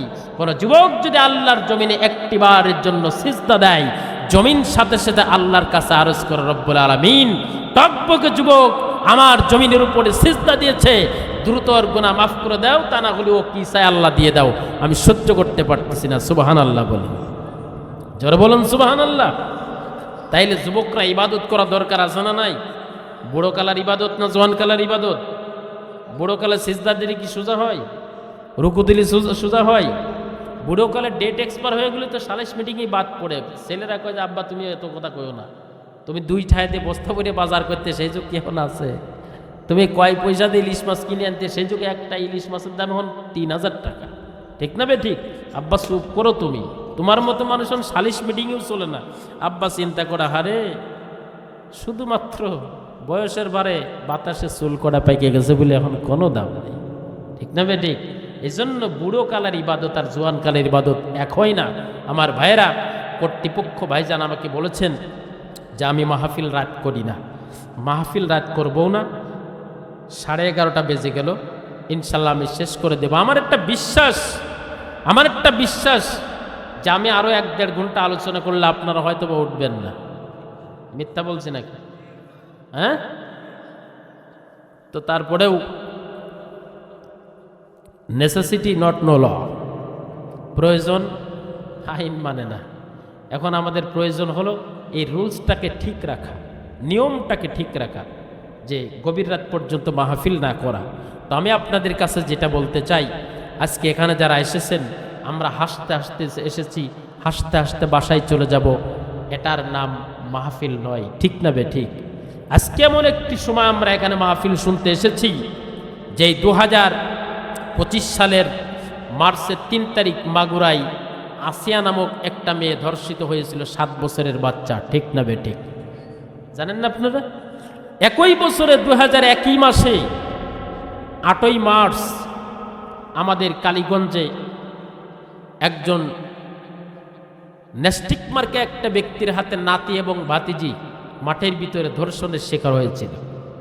একই মাসে 2025 সালের মার্চে রমজান মাসের ভিতরে ঢাকা 13 নং সেক্টরে, সম্ভবত উত্তরায়, একজন ইমাম তারাবি নামাজ পড়ে বের হওয়ার সাথে সাথে মুসল্লির ইমামকে বেধড়ক পিটানোর ফলে তাৎক্ষণিকভাবে ইমাম সাহেব ইন্তেকাল করেছেন। মাদারীপুরে ঘটেছে ধর্ষণের শিকার, 7 বছরের শিশুকে ধর্ষণ করেছে। শিশুটি ধর্ষণ করার পরে বস্তায় পুড়ে তাকে ফেলে দিয়েছে, জনগণও পিটিয়ে ধর্ষককে মেরে ফেলেছে। এই যে হযবরল অবস্থা, ঠিক এমন সময় আমাদের বাংলাদেশের একজন দেশপ্রেমিক, একজন যুবক, প্রত্যেকটা মানুষের হৃদয় স্থান করে নিয়েছিল, আমাদের ওসমান হাদি ভাই, তিনি ইন্তেকাল করে চলে গেছেন। কি কারণে, কি অপরাধ ছিল তার? মানুষে মানুষকে কতল করা, মানুষকে হত্যা করা। পৃথিবীর সমস্ত মানুষ যদি চেষ্টা করে, আমাদের মাথায় যে চুল আছে, একটা চুল বানানো কি সম্ভব? বলেন। সমস্ত ডাক্তার, চিকিৎসা বিজ্ঞানী যদি চেষ্টা করে, মানুষের 1 ফোঁটা রক্ত কি তৈরি করা সম্ভব? কৃত্রিমভাবে তৈরি করা সম্ভব? এ পজিটিভ রক্ত লাগবে, ফেসবুকে স্ট্যাটাস দেয়, মানুষই লাগবে, আল্লাহর কোম্পানি, আল্লাহর ওই প্রোডাক্টই লাগবে, মানুষই লাগবে। ঠিক না বেটি? যে ডোনাররা রক্ত দিচ্ছে, আজ পর্যন্ত পৃথিবীর কোনো চিকিৎসা বিজ্ঞানী 1 ফোঁট রক্ত পর্যন্ত বানাইতে পারে নাই। সেই দামি শরীর, এত বড় একটা আল্লাহর দেওয়া শ্রেষ্ঠ নেয়ামত, আমিও মানুষ, আপনিও মানুষ, আমি আপনাকে কতল করছি, গুলি করছি, হত্যা করছি, কার স্বার্থে? শেখ হাসিনা দল বল, এটা কি ওর 14 গোষ্ঠীর বাপদাদা হয় নাকি? কার স্বার্থের কারণে মানুষকে মানুষের মাথায় লাঠি মারে, মানুষকে খুন করে? অতএব বোঝা গেল 1400 বছর পূর্বে মানবতার মহান দূত, পৃথিবীর শ্রেষ্ঠ আইডল, শ্রেষ্ঠ আইকন, বিশ্বসভার সভাপতি, আল্লাহর সৃষ্টির প্রধান আকর্ষণ নবী করিম সাল্লাল্লাহু আলাইহি ওয়াসাল্লামের নূরের চেহারার দিকে যারা থুতু মারত, নবীকে যারা মারার জন্য চেষ্টা করেছিল, নবীজিকে যারা কতল করবার জন্য চেষ্টা করেছিল, যেই নবীকে নিজের মাতৃভূমি থেকে মদিনায় যেতে বাধ্য করেছিল, সেই কাফেরদের চালাবেলা অত্যবধি পর্যন্ত বাংলার জমিনে আছে। ঠিক না বেটি? আগামীর বাংলাদেশ হবে ইসলামের বাংলাদেশ। মুসলমানরা সকল জালিমবাজ, সকল জালিমদের চালাবেলার শিকড় টেনে ইনশাল্লাহ আমরা উঠিয়ে ফেলবো। আগামীর বাংলাদেশ যদি কোরআনের বাংলাদেশ হয়, এই বাংলাদেশে 56,000 বর্গমাইলের দেশে একটা জালিম, একটা মদখোর, গাঁজাখোর, জিনাখোরকে এই বাংলাদেশে থাকতে দেওয়া হবে? আল্লাহ যেন সেই তৌফিক আমাদের দান করে, বলো না আমিন। আমার ভাইরা, কোরআন দিয়ে যদি রাষ্ট্র চলে, আপনাদের ক্ষতি আছে নাকি? আমাদের ক্ষতি আছে। নামাজ পড়া বাধ্যতামূলক, সব মানুষ নামাজ পড়তে যায়, দোকানদাররা। আর এক দোকানদার আছে, দোকান খুলে বসে থাকে, সব দোকানদাররা নামাজে গেছে, আমি এবার বেছে নেই। আল্লাহ কয় তুই চুপ করে বসে মাছি মারে। কিছু কাস্টমার আছে, কয় এই দোকানদারটা কোনে গেছে? একজন কয় নামাজে গেছে। এই নামাজে যাওয়ার কথা শুনে তার একটা ভিতরে একটা মায়া সৃষ্টি হয়, ওহ বেচারাটা নামাজ পড়ে আসুক তারপরে যাব। নামাজের কারণে আল্লাহ রাব্বুল আলামিন তার রিজিক বৃদ্ধি করে দেয়, সুবহানাল্লাহ। ঠিক না বে ঠিক আমার ভাইরা? তাহলে আল্লাহর দিনকে আল্লাহর জমিনে প্রতিষ্ঠিত রাখতে হলে দুইটা জিনিস আমাদেরকে, একজন উঠবা না কিন্তু, এখনই দেওয়া হবে। দুইটা জিনিস আমাদেরকে বাজেট করতে হবে। কয়টা জিনিস? এই মজলিসের ভিতরে অল্প সময়ের ভিতরে কয়েক মিনিটের ভিতরে তাবারক দেওয়া হবে। এই মজলিসের ভিতরে আমি আলোচনা শেষ করে দিচ্ছি।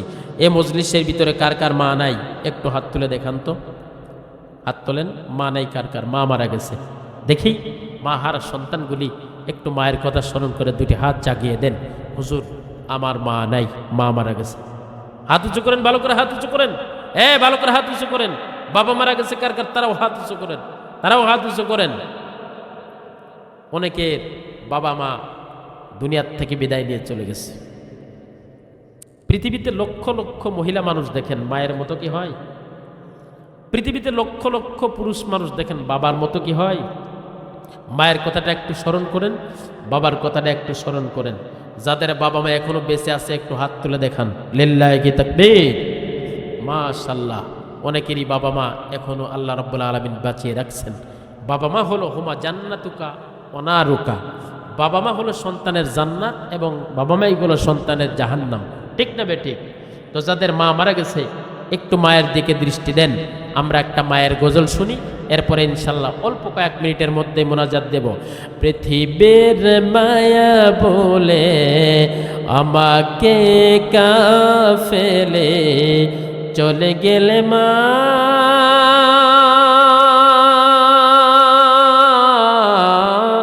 গো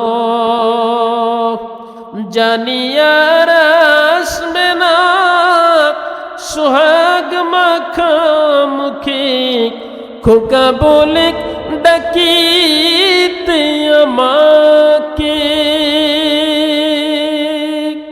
হে দয়াময় জান্নাত দিও আমার মাকে, দয়াময় জান্নাত দিও আমার মাকে। কষ্ট করিয়া মা গর্বে ধরিয়া অনাহার থেকে সমা নিদ্রা সড়িয়া, চিরঋণ করে তুমি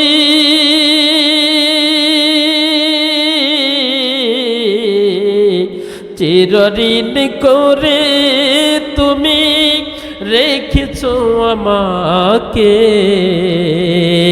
হে দয়াময় জান্নাত দিও আমার মাকে। এই চাওয়া আমাদের আছে না নাই? আমার ভাইরা, এই মজলিসের মধ্যে যারা বসেছেন আল্লাহর প্রিয় মাহবুব বান্দা, আমি আশা করি সবাইকে আল্লাহ পছন্দ করেছেন।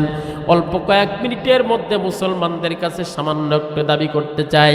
এই যে প্যান্ডেলটা করা হয়েছে, এই যে লাইটিংটা করা হয়েছে, তাবারকের ব্যবস্থা করা হয়েছে, মেহমানদেরকে আনা হয়েছে, একটা খরচ আছে না নাই? জোরে বলুন, আছে না নাই? এই মাহফিলটা আগামী বছর হোক, আমরা চাই কি চাই না? মুসলমান আমাদের সমাজে অনেকেই বলে মাহফিল দিয়ে কোনো লাভ নাই, বলে কি বলে না? আমি বলি মাহফিল দিয়ে যদি কোনো লাভ না হয়, বেনামাজি যদি নামাজি না হয়, যদি ক্লিনশে পলা যদি দাড়ি নাও রাখে, যদি সুদখোর যদি সুদ নাও ছাড়ে, যদি অশ্লীল কাজ করা ব্যক্তি যদি অশ্লীল কাজ নাও ছাড়ে, এরপরে একটা বড় ধরনের একটা লাভ আছে। সেই লাভটা হলো বর্তমান সমাজে বিভিন্ন জায়গায় দেখবেন যুবকরা পুরা বছরের একটা ইনকাম দিয়ে তারা চিন্তা ভাবনা করে, গবেষণা করে, পরিশ্রম করে একটা মাহফিলের আয়োজন করে। ঠিক কিনা? যুবকরা মাহফিলের জন্য যদি ব্যস্ত না থাকতো, এই যুবকরা মমতাজের মতো বিভিন্ন নেস্টিক মার্কা শিল্পী দিয়া একটা কনসার্ট করার জন্য ওরা ব্যস্ত হয়ে যেত। ঠিক না বেটি? তাহলে মাহফিল দিয়ে লাভ আছে না নাই? আল্লাহর নবী বলছেন, মান ক্বারা হারফাম মিন কিতাবিল্লাহ, মান ক্বারা হারফাম মিন কিতাবিল্লাহি ফালাহু আশারু আমসালিহা। এই কোরআনের মাহফিলে বসে যারা একটি অক্ষর তিলাওয়াত করেছেন, নবীজি বলেছেন প্রত্যেকটা হরফে 10টি করে নেকি আপনার আমলনামায় লেখা হয়ে গেছে। এই 10টি নেকির ওয়েট কোনো 1 কেজি হবে না, 10 কেজি হবে না, 10 মণ হবে না। মুফাসসিরিন মুহাদ্দিসিন কেরাম বলেছেন প্রত্যেকটা নেকির ওয়েট হবে উহুদ পাহাড়ের সমান। সুবহানাল্লাহ। তাহলে মাহফিল থাকলে লাভ আছে না নাই? কোরআন শুনলাম, লাভ আছে না নাই? কোরআন যদি টিকিয়ে রাখতে হয়, প্রত্যেকটা নবী রাসূল বক্তা ছিলেন, বক্তব্য দিতেন।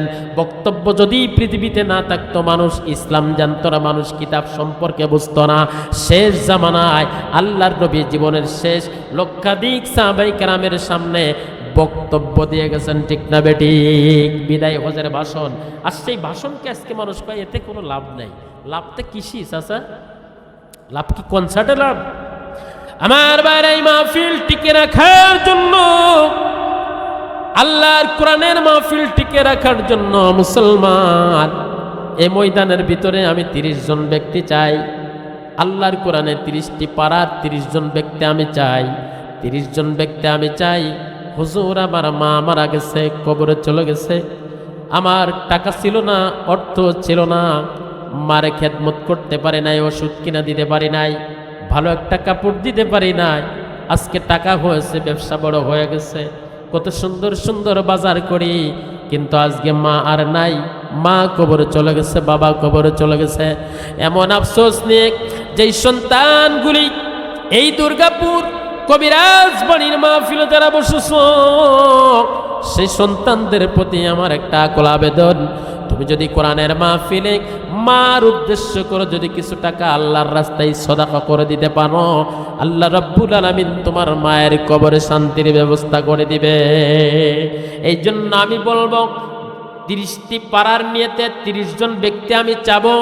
অল্প কয়েক মিনিটের মধ্যে আমার মুসলমান ভাইয়েরা, যে ব্যক্তি 1 নাম্বার পাড়ার নিয়েতে আমার কথাটা শুনবেন, টোটাল 1 নাম্বার পাড়ায় যতগুলো হরফ, যতগুলি আয়াত আল্লাহ দিয়েছেন, আল্লাহর কাছে দোয়া করা হবে প্রত্যেকটা হরফের বিনিময়ে 10টি করে নেকি যেন আমাদের মৃত আব্বা মার কবরে চলে যায়। সুবহানাল্লাহ।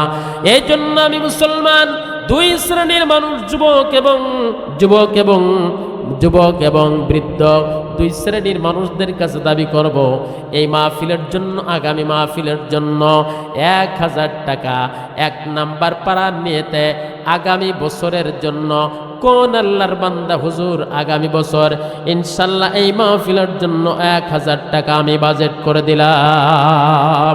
লিল্লাহি তাকবীর। নাম কি ভাই? লেখেন, খাতা আছে নাকি? খাতা আছে, লেখেন। আলিফ হোসেন। আমি লিখে দেব, তাড়াতাড়ি তাড়াতাড়ি লিখেন। আল্লাহ, আরবি হরফের প্রথম অক্ষর আলিফ, আলিফে আল্লাহ। এই আলিফ ভাই 1000 টাকা এই মাহফিলের জন্য। যদি আগামী বছর আমি ভাইকে অনুরোধ করব, যদি মাহফিলে স্বাচ্ছন্দ্যে মানুষ জনগণ যদি আপনার সহযোগিতা করে এই মাহফিলটা যেন আরো সুন্দর হয়, সেই সুযোগ আপনি করে দিবেন, চেষ্টা করবেন। আল্লাহ কোরআনের মাহফিলে আলিফ ভাই 1000 টাকা দান করেছে, দানটা কবুল করে নেন, মনের আশা পূর্ণ করে দেন। আব্বা মা দাদা দাদি যারা কবরে চলে গেছে, বাবুদ এ গভীর রজনীতে দুনিয়ার সব অফিস আদালত বন্ধ হয়ে গেছে, তোমার আর সাজিবের রহমতের ভান্ডারের দুয়ার তুমি খুলে দিয়েছো মালিক। এমন সময় 1000 টাকা আলিফ ভাই দান করেছেন, দানটা কবুল করে নেন, মনের আশা পূর্ণ করেন। দানের খবরটা মদিনাতুল মুনাওয়ারায় পৌঁছে দেন, জোরে বলুন আমিন। 2 নাম্বার পাড়া, 2 নাম্বার পাড়ার নিয়েতে কোন আল্লাহর বান্দা 1000 টাকা দান করবে? কোন আল্লাহর বান্দা হুজুর আমি আগামী মাহফিলে, এই মাহফিলের জন্য 1000 টাকা দান করব, আগামী বছরে মায়ের জন্য 500 আর বাবার জন্য 500, বাবার জন্য 1000 অথবা মায়ের জন্য 1000। কোন আল্লাহর বান্দা আছেন একটু হাত তুলে দেখান। অনেক 30 লোক আছেন, 3 4 30 তো হবে নাকি? হবে না? 1000 টাকা 2 নাম্বার পাড়া। কোন আল্লাহর বান্দা আছেন একটু দেখি? মহিলা ডবল হোক বলতেছি, আছেন কেউ? মাত্র 1000 টাকা। 1000 টাকা কিন্তু কোনো ব্যাপার না, দান করবো। এখন 2 4 টাকা ফকির দিলেও নিতে চাই না, নিতে চাই। 1000 টাকা আছেন কোন আল্লাহর বান্দা? মুসলমান দুইজনে মিলে 1000 টাকা দিবেন। 2 নাম্বার পাড়ার প্রথম আদা পাড়া 500 টাকা, আমি 500 টাকা কমাই দিলাম। যেহেতু এটা একটা আলাদা রকম মাহফিল, এটা কোনো মাদ্রাসার মাহফিল না, মসজিদের মাহফিল নয়, কিন্তু আল্লাহর কোরআনের মাহফিলের জন্য প্রয়োজন আছে। এই জন্য 2 নাম্বার পাড়ার প্রথম আদা পাড়া 500 টাকা। কোন আল্লাহর বান্দা আছেন দেখি? এলাকার অনেক যুবক ভাইরা আছেন, কাজকর্ম করেন, ব্যবসা করেন, বাণিজ্য করেন, চাকরি করেন। এই 500 টাকা কোনো লোক নাই? নাম বলেন। নগদ কোন গ্রাম? লিল্লাহি তাকবীর। আল্লাহ আলাউদ্দিন সাহেব 2 নাম্বার পাড়ার প্রথম আদা পাড়া রব্বুল আলামিন 500 টাকা দান করেছেন, তার দানটা কবুল করে নেন, মনের আশা পূর্ণ করে দেন, জানে মালে বরকত দান করেন। দানের খবরটা মদিনাতুল মুনাওয়ারায় পৌঁছে দেন। আব্বা মার কবরটা রব্বুল আলামিন নূরে মুনাওয়ার বানিয়ে দেন। জোরে বলুন আমিন। এ জীবনটা ক্ষণস্থায়ী, কচু পাতার পানি, দুদিন পরে যাইতে হবে আসল জিন্দেগানি। 2 নাম্বার পাড়ার শেষ আদা পাড়া, দ্বিতীয় আদা পাড়ার 500 টাকা। কোন আল্লাহর বান্দা? এই যুবক, কত টাকার এমবি কেন, কত টাকা অনর্থক নষ্ট করো আল্লাহর কোরআনের জন্য? যেই পকেট থেকে, যে ক্যাশ থেকে টাকা বাজেট হয়, ওই ক্যাশের ওই পকেটের ভিতরে আল্লাহ রাব্বুল আলামিন বারাকা দিয়ে পূর্ণ করে দেয়। দ্বিতীয় আদা পাড়া 500 টাকা। কোন আল্লাহর বান্দা আছেন? তাড়াতাড়ি কোন নেই আপনারা কেউ? এত চেয়ে তো নেওয়া যাবে না। সম্মানিত হাজিরিন, এই যে আমার মিডিয়াম্যান সাথে আছে নাটোরের এক মাহফিলে গত বছর, বলতেছি গত বছর 7 লক্ষ টাকা 10টা নাকফুল আমি উঠাই দিয়েছিলাম। এই নাকফুলগুলি কারা দেয় শুনবেন?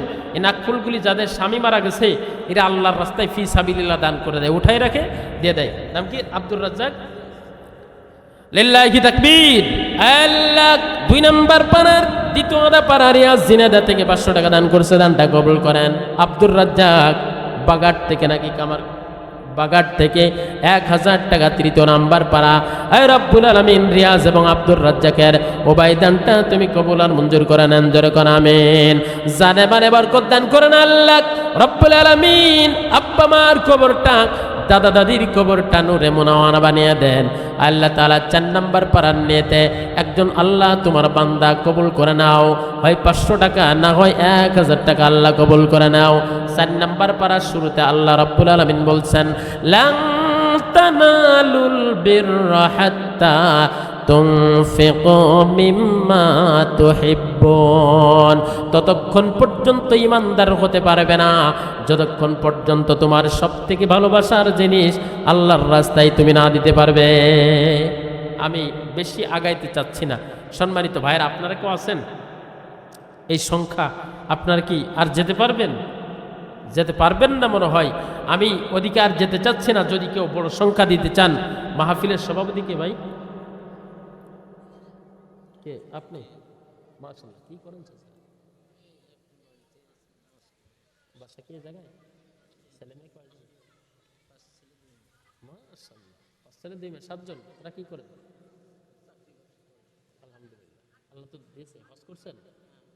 লিল্লাহি তাকবীর। জোরে স্লোগান দেন, লিল্লাহি তাকবীর। আয় রব্বুল আলামিন। আল্লাহর নবী বলেছেন, মান যারা কবরি ওয়াজাবাত লাহু শাফাআতি। যে ব্যক্তি আমি নবীর রওজা জিয়ারত করেছেন, তার শাফায়াত করে জান্নাতে নেওয়া আমার জন্য ওয়াজিব হয়ে গেছে।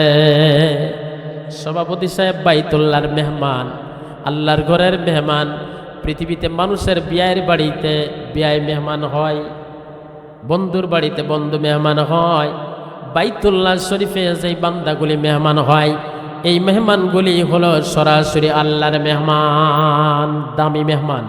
আল্লাহ তারা মেহমান বানাইছেন, আজকের মাহফিলের সভাপতি বানাইছেন।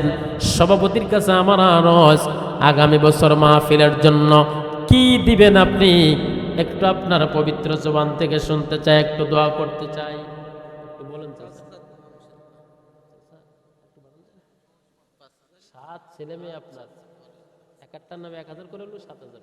ঠিক আছে, সবগুলো না মেয়ে? 2টা মেয়ে না? 2টা মেয়ের বাদ দিলেন? 5 ছেলের 5,000 আর 2 মেয়ের 2,000। আলহামদুলিল্লাহ, রাজি হন চাচা? বলবো লিল্লাহি তাকবীর। আয় রাব্বুল আলামিন, সভাপতি সাহেব 7,000 টাকা আগামী বছরের জন্য দান করেছেন। 7,000 টাকা 7 সন্তানের জন্য। আয় রাব্বুল আলামিন, এই সন্তানগুলি যেন দানশীল হয়, সন্তানগুলি যেন দিনদার হয়, সন্তানগুলি যেন তিনি ইন্তেকালের পরে সম্পদ হয়। আয় রাব্বুল আলামিন, প্রতিটি সন্তানকে তুমি নেক সন্তান হিসাবে কবুল করো, যেরকম আমিন। আয় রাব্বুল আলামিন, তার হায়াতে বারাকা বাড়িয়ে দাও, রিজিকে বারাকা বাড়িয়ে দাও, সুস্থতার মতো শ্রেষ্ঠ নিয়ামত তাকে বাড়িয়ে দাও রব্বুল আলামিন। সম্মানের সাথে আল্লাহ জীবনের শেষ নিঃশ্বাস ত্যাগ করার মতো তৌফিক তুমি তারা দান করে দিও, যারা বলেন আমিন। কোন আল্লাহর বান্দা আর কেউ আছেন নেই 500,000 টাকা দেওয়ার মতো? নেই আর কেউ? কথা আপনার খোয়া লাগবে না, আমি খুব ভালো পারি। এই প্রিয় যুবক ভাইরা, প্রিয় যুবক ভাইরা, আমার মাহফিলে যারা টাকা নিয়ে আসে, আসলে ভাইজান তো বুঝতে পারি নাই, আমি সেই কায়দা বাদ দিয়ে দিলাম। আমার অন্তত আর আধা ঘন্টা 1 ঘন্টা ওয়াজ করতে দিলি, আমি তো আর পরে আর ওয়াজ করি নাই। ওয়াজ করছি পরে ওই যে লাইন কেটে গেছে, পরে আর ওয়াজ করি নাই। কথা আমাদের তো জোগানোই থাকে, সেই কথার পরে চলছি। আমার ভাইরা, এ ময়দান থেকে আমি আপনাদেরকে বলি, 200 টাকা না, আল্লাহর কোরআনে দ্বীনের জন্য আমাদের প্রত্যেককে অংশগ্রহণ করা প্রয়োজন আছে না নাই? কোন তো কথা বলেন, খালি মুখে বললে হবে নাকি? নামে মুসলমান, কামে হতে হবে, ঠিক না বেটি? নামের বড়াই করো না কো, নাম দিয়ে কি হয়? নামের সাথে মেলে না কো কামের পরিচয়। নামের সাথে যদি কামের পরিচয় না হয়, মেলে? মতি ঝিলে মতি নাই, আছে শুধু ঝিল। সোনার গায়ে সোনা নাই, আছে শুধু বিল। ঢাকার শহর ঢাকা নয়, খোলা শুধু রয়। নামের সাথে মেলে না কো কামের পরিচয়। নাম হলো ঢাকা, খোলা থাকে 24 ঘন্টা, ঠিক কিনা? নাম হলো মতিঝিল, মতিঝিলে ঝিল নাই।